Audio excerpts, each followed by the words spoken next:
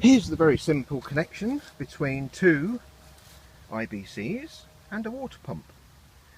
I'm going to do a more technical, or shall I say more robust system eventually, but while I'm getting it all set up, I think this will do.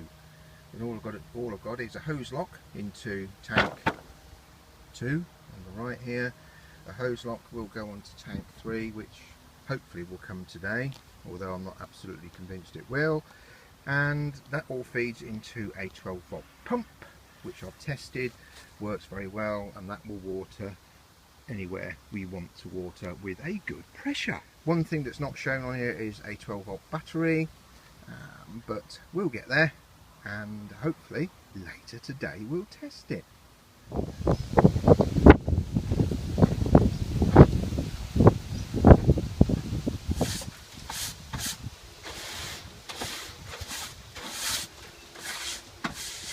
Well, despite my scepticism, IBC number 3 turned up, so we just dismantled it, brought it round to the back and put it back together again. Well, after spending quite a few hours getting the levels just right, I then seem to have ordered an IBC with a very slightly different base. And the base on this is plastic, whereas it is metal on the other one. And the plastic base is probably about 5 centimetres or so taller. So they're not exactly level, which is a little bit of annoyance, although it doesn't actually make any difference to anything.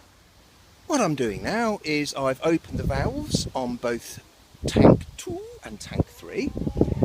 And I'm just levelling the two off with the water inside, so we'll have roughly 500 in each.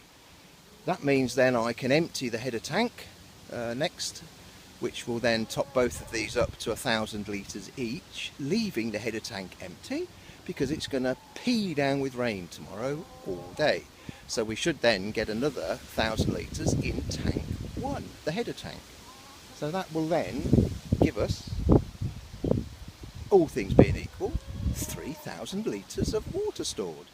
The one thing of note with using this little standard hose pipe is because the bore is so small and it's going through various connections which narrow the bore even more, is that transfer will take some time. Let's see how long it takes. We put the stuff out of the chicken coop that we cleared out this morning onto this bed, and the girls are now digging it all in very nicely for us. They are good little helpers.